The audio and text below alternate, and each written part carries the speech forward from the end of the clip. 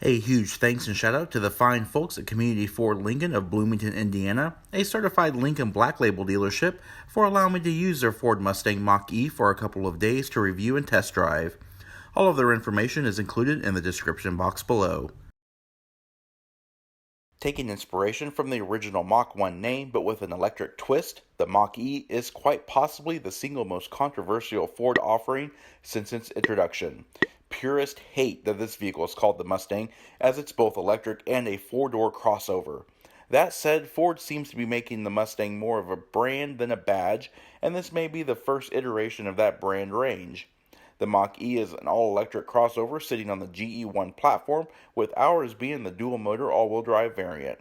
The Mach-E was introduced in November of 2019, with production vehicles hitting the showroom floors as early as December of 2020. The Mach-E is produced at the Cuautitlán Stamping Assembly Plant in Izcalli, Mexico. The Mach-E is available in several trims, not to mention front-wheel drive or dual-motor all-wheel drive variants.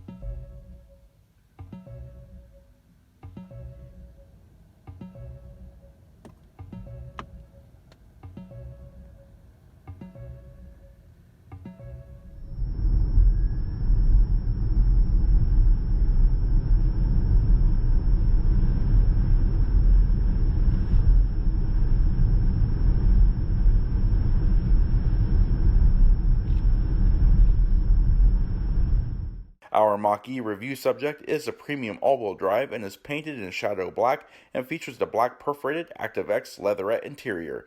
Its pricing is shown to the left and a full options list is shown in the description box below. While the Mach-E certainly isn't the Mustang from traditional senses, Ford engineers assure us that the unbridled spirit of the traditional two-door Ford passenger car still exists in this controversial crossover vehicle that shares its badge with tradition.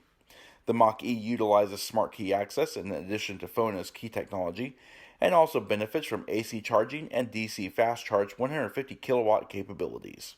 The Mach-E 4X all-wheel drive is a dual-motor full EV vehicle with rear-bias power distribution between the front and rear axles. Electric motors are completely concealed and out of sight within the powertrain and lie within the individual axles. Our vehicle motor setup creates 346 horsepower or 258 kilowatts at 0 RPM and a whopping 428 pound-feet of torque also at 0 RPM. The Mach-E can accelerate from 0 to 60 miles per hour in 5.1 seconds, 0 to 100 miles per hour in 13.5 seconds. The quarter mile is reached in 13.8 seconds at 101 miles per hour, with its top speed limited to 114 miles per hour. Of course, being an EV, this vehicle has no fuel tank, charge ports are accessible through the front left fender, and the battery packs are supplied by LG Chem and feature 120 volt home charging with the capabilities of 240 volt fast charging. In addition, the Mach-E is accessible to the Ford Pass charging network, which features 150 kilowatt charging ports and can charge 61 miles in approximately 10 minutes and charge from 10% to 80% in about 45 minutes. Our Mach-E is equipped with a $5,000 optional extended range 88 kilowatt lithium ion battery pack, which consumes 37 kilowatt hours for 100 miles driven, with an estimated total driving range of approximately 270 miles. EPA economy miles per gallon equivalent figures are 96 miles per gallon E city, 84 miles per gallon E highway, and 90 miles per gallon E combined. Both motors are computer-controlled direct drive units controlled by a conventional rotary dial controller similar to that found on other Ford vehicles. The drive unit features low gear selection as well as single pedal drive capabilities and adjustable drive modes.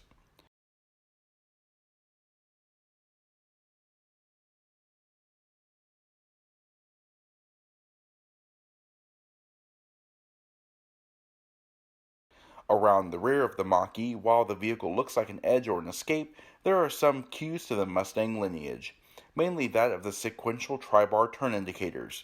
Interestingly, the white lenses conceal the fact that they are bisected by upper red taillight brake light segments and lower amber sequential turn indicators. The taillights have small illuminated bars that point towards the Mustang horse in the middle of the power-operated liftgate.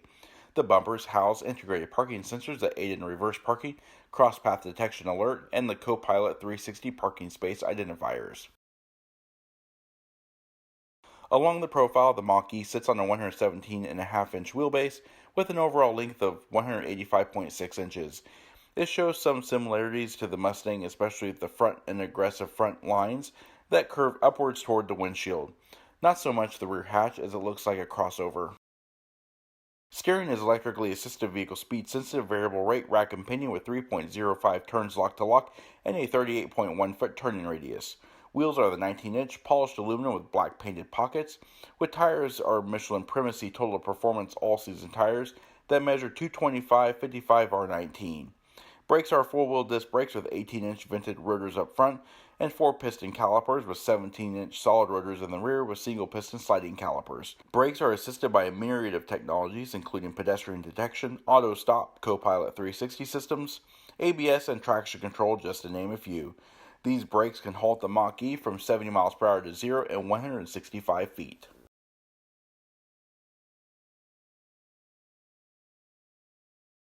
Up front, the Mach-E looks like a traditional modern gas-powered crossover, only differentiated by the absence of a functional grille. Headlamps are housed behind narrow clear lenses with black bezels and low-profile LED projector beams. The LED daytime running lights and LED sequential turn indicators are housed in a light pipe. The car lacks fog lights, and inside a vestigial grille surrounded lives a black textured galloping Mustang. The front of the vehicle also houses front-facing cameras, as well as ultrasonic parking sensors as part of the Co-Pilot 360 system, including adaptive cruise control radars and road sign detection systems.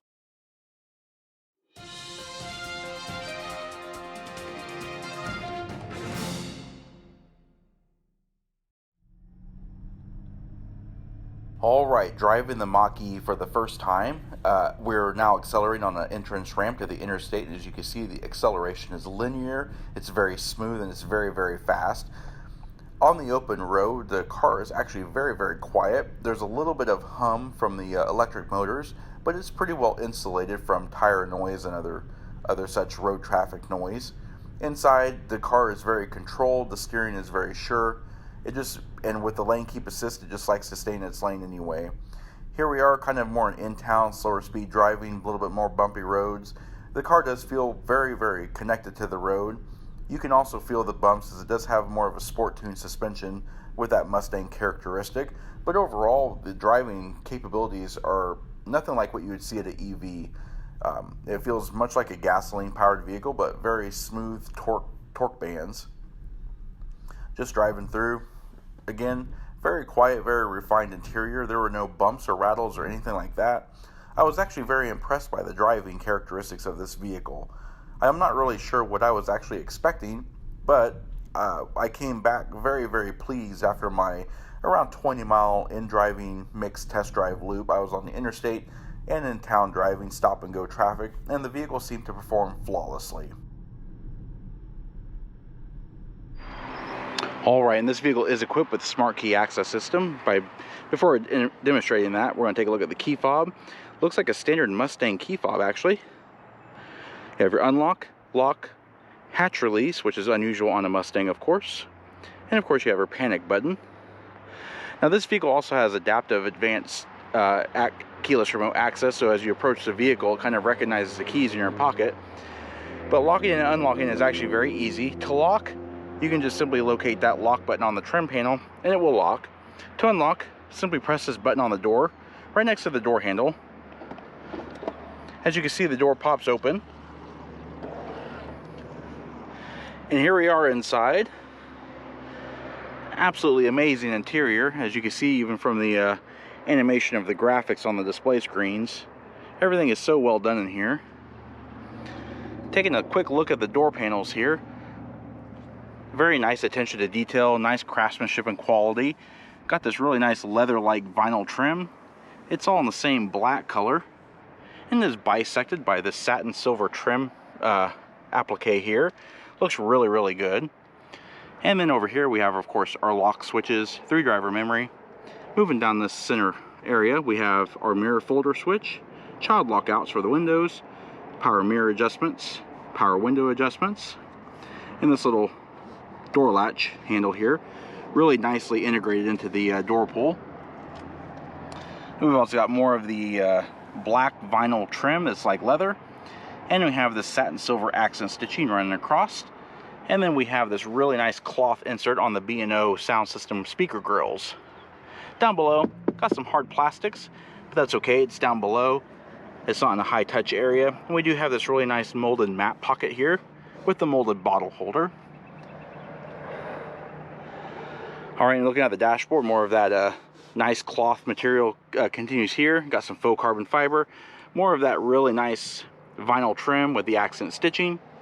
And our little control panel here, we have our Max window defroster, headlamp control switch, just a little rotary knob, instrument panel rheostat dimmer, so more bright and less bright, of course. We have our front trunk release here, 2 pedals because this vehicle is electric.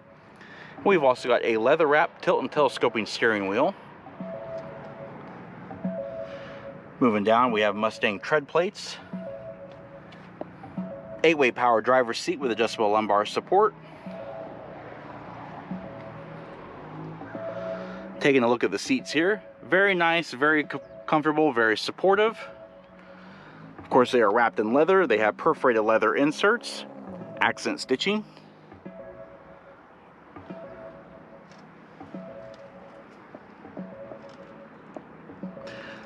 Another feature of this vehicle is a really nice single-piece, non-opening panoramic moonroof. I really like this glass panel. It looks really, really nice.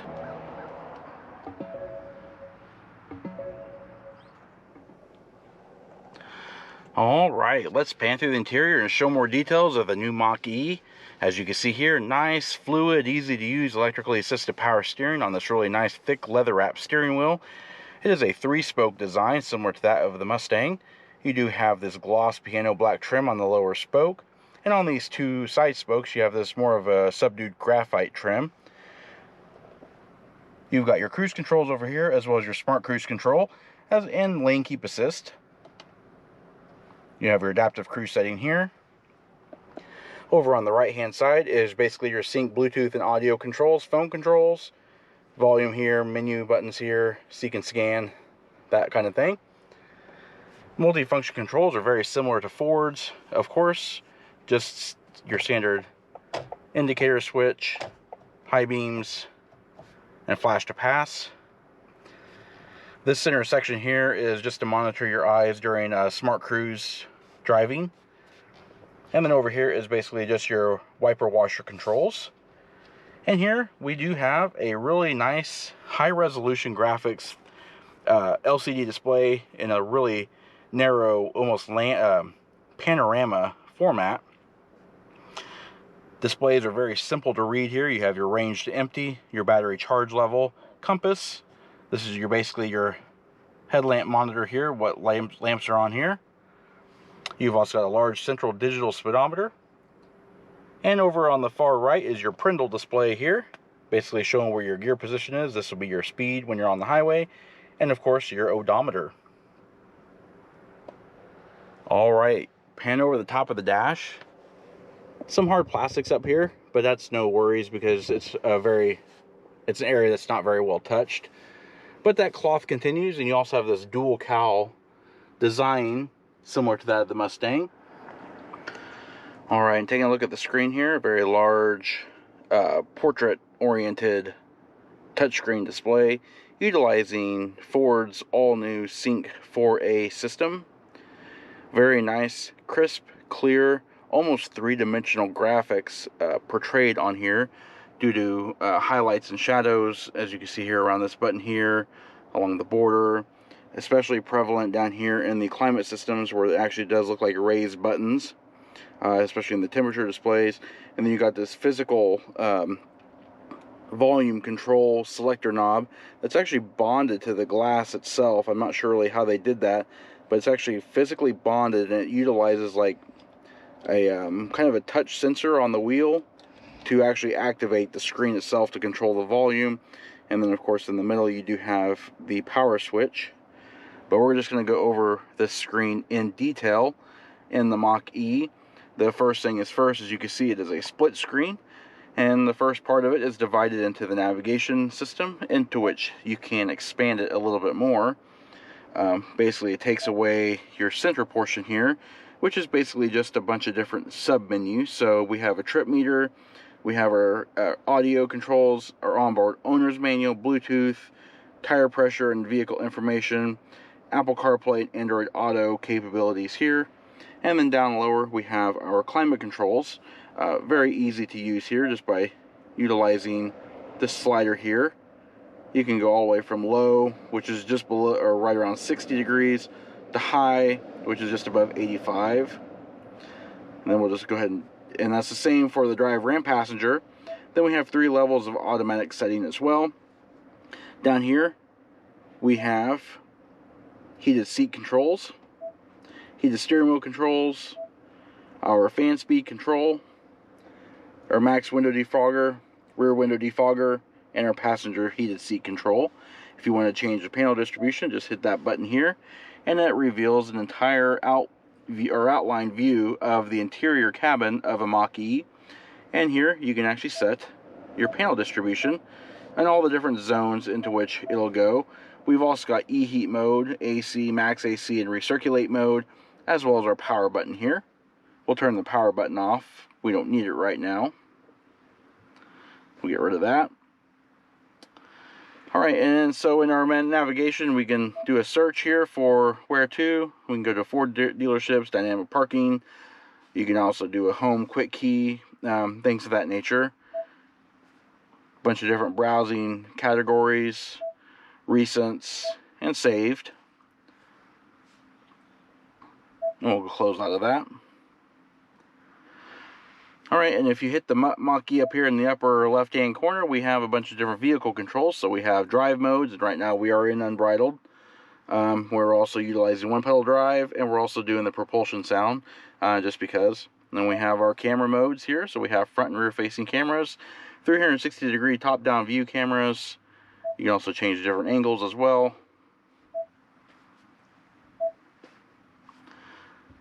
We've also got Copilot 360 Active Park Assist for parallel and perpendicular parking. We've got access controls for charge ports and lift gates and things like that. Various Copilot 360 driver assistance, including auto hold, traction control, and we have additional settings in here, which we will actually go over here in just a few moments. And then, of course, we have valet mode, which is activated by a 4-digit PIN. Going over into settings, this is all of your vehicle settings. So starting here, we have sound. So basically, this is our tone, balance, and fade, and all that kind of stuff. Sirius XM settings here. We have our phone list here. Our charging status when plugged in, 54% right now we're at with 117 miles of range. We can schedule charging and departure. We can also assign personal profiles, including names, their link key fobs, and we can also link their phone as key. Here are the other driver assistants. We have adaptive cruise control, speed limit assist, lane keep assist, pre-collision, rear view camera delay, all that different kind of stuff there. And down here we have vehicle. There's a lot of different stuff in this screen. Bunch of different vehicle settings, so anything from the Mach-E all the way down to wiper, delays, power lift gates, lighting, all that kind of stuff.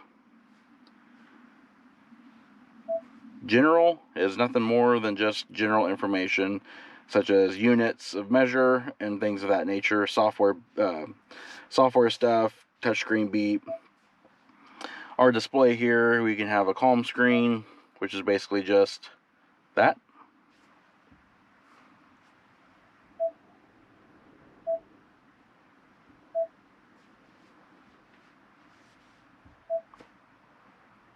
We've also got brightness, instrument cluster mode, center display mode. Right now the instrument cluster display is actually in dark mode, but we can actually do it in auto, or we can also do it in light, which turns it into a white face. Center display mode is the same. Clock is just setting the clock. And of course we have connectivity. Well, there's a lot more in here than I thought. Vehicle hotspot, system updates, mobile apps, departure and comfort settings, 911 assist, voice control, and our ambient lighting control.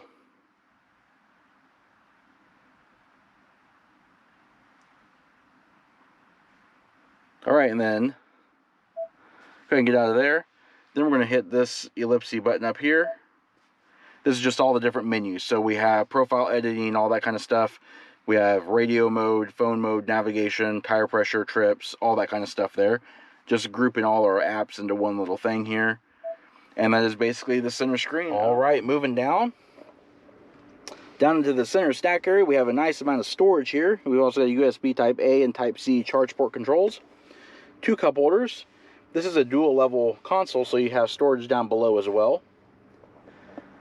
Here in the center portion of the console, we have a nice little leather area with accent stitching, park assist controls, hazard 4-way flashers, electronic parking brake, and our gear lever with low mode. Nice padded accented armrest that lifts up to reveal additional storage down below in this roll top.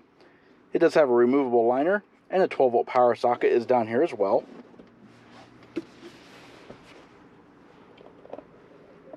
Overall, I believe the interior of the Mach-E is actually very well thought out. It's a very nice place to be. You'd never know it was an EV sitting in here. Overhead, we have an automatic dimming rearview mirror. On the driver's side sun visors, we have 3-channel HomeLink universal garage door opener. Overhead, we have overhead lighting, LED map lights, passenger airbag indicator switch, and our dome override. We've also got sunglasses holder. And of course we have sun visors, nice large padded sun visors with LED illuminated vanity mirrors with these really nice, very nicely integrated LED strips. And of course the sun visors swing out and they also slide out on extension rails.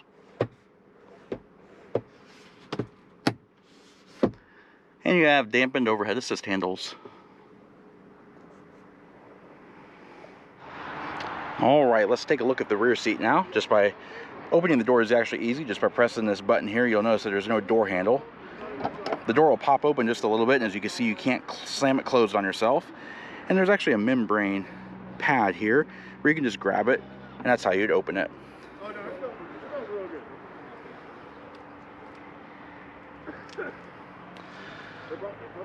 Alright, and the rear seat door panels carry the same styling theme as the front doors.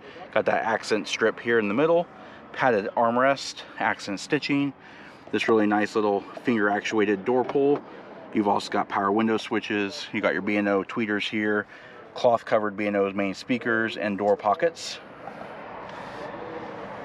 And the rear seat does seat 3 across. It is a 60-40 split folding seat with high adjustable head restraints on all passenger seating areas, as well as 3-point shoulder belts on all passenger seating areas, obviously. That same perforated leather continues back here as it does in the front seat, as well as the accent stitching. Overhead, you do have assist handles, rear map lighting, and coat hooks. We've also got a fold-down center armrest here. Of course, you got a nice padded armrest, dual cup holders. And you've also got seat back map pockets in both seat backs. You've also got positional air vents, the ability to turn the air vent flow directions off, USB Type C and Type A charge ports as well.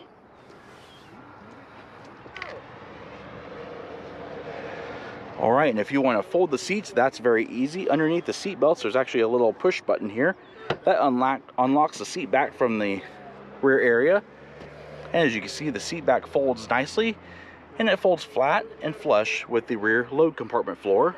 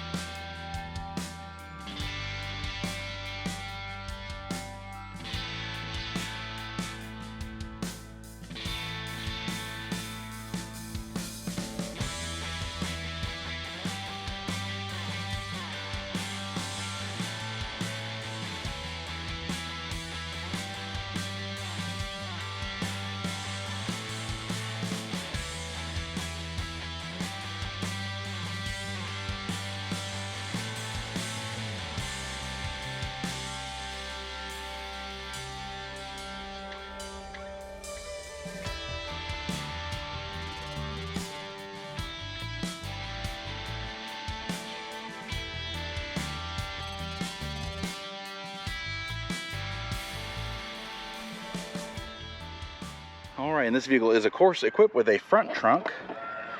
Access is very easy by lifting this lever here twice. That'll actually unlock it. And then it unlocks it so you don't actually have to fiddle for a release catch. Alright. Tesla style, we have a front trunk. However, we have this big fence in the way. It's just a compartmentalized fence, but it does look to be removable by the user. But if that's not in here, you do have a nice amount of storage in here. You've also got LED illumination. You've also got a release lever here. Your headlamp service ports. You got a bunch of different service panels in here. Fuses, batteries. You got your brakes. Washer fluid access here. I do like the Mustang horse here in the trim panel.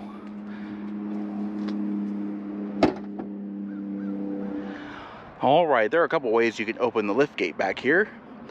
First way, the easier way, is underneath, right about the center point of the license plate and going up in the lift gate area, there's a membrane switch. You can press that. You can also double press the key fob button, and that opens up your electronic lift gate. The rear liftgate is also accessible by placing your foot under the bumper and kicking upwards, allowing the liftgate to open. As you can see, it does have a privacy cover installed.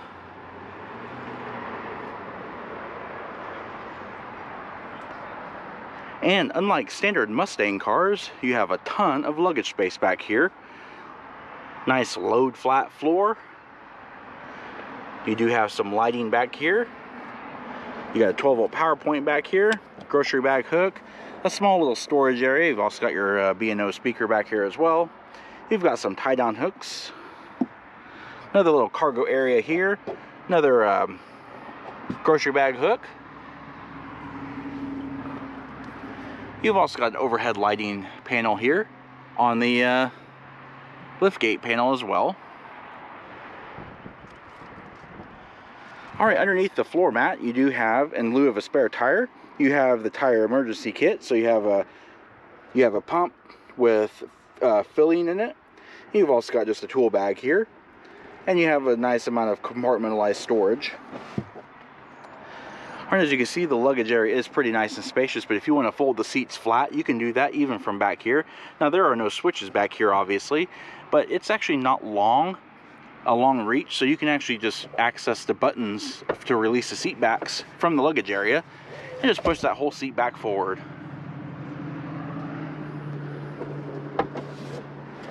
That's pretty easy, and you get a ton of space by doing that.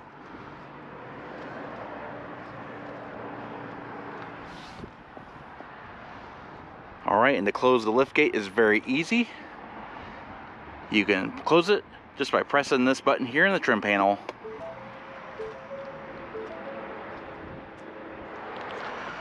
Alright, that does conclude our in-depth walk-around look at the 2021 Ford Mustang Mach-E. If you like this review and would like to see more like it, please comment down below. Also, don't forget to hit the like button and subscribe. Check out our Facebook page at facebook.com/neighborhoodcarreviews and our Instagram channel at BrenzoJ1. And of course, as always, thanks for watching.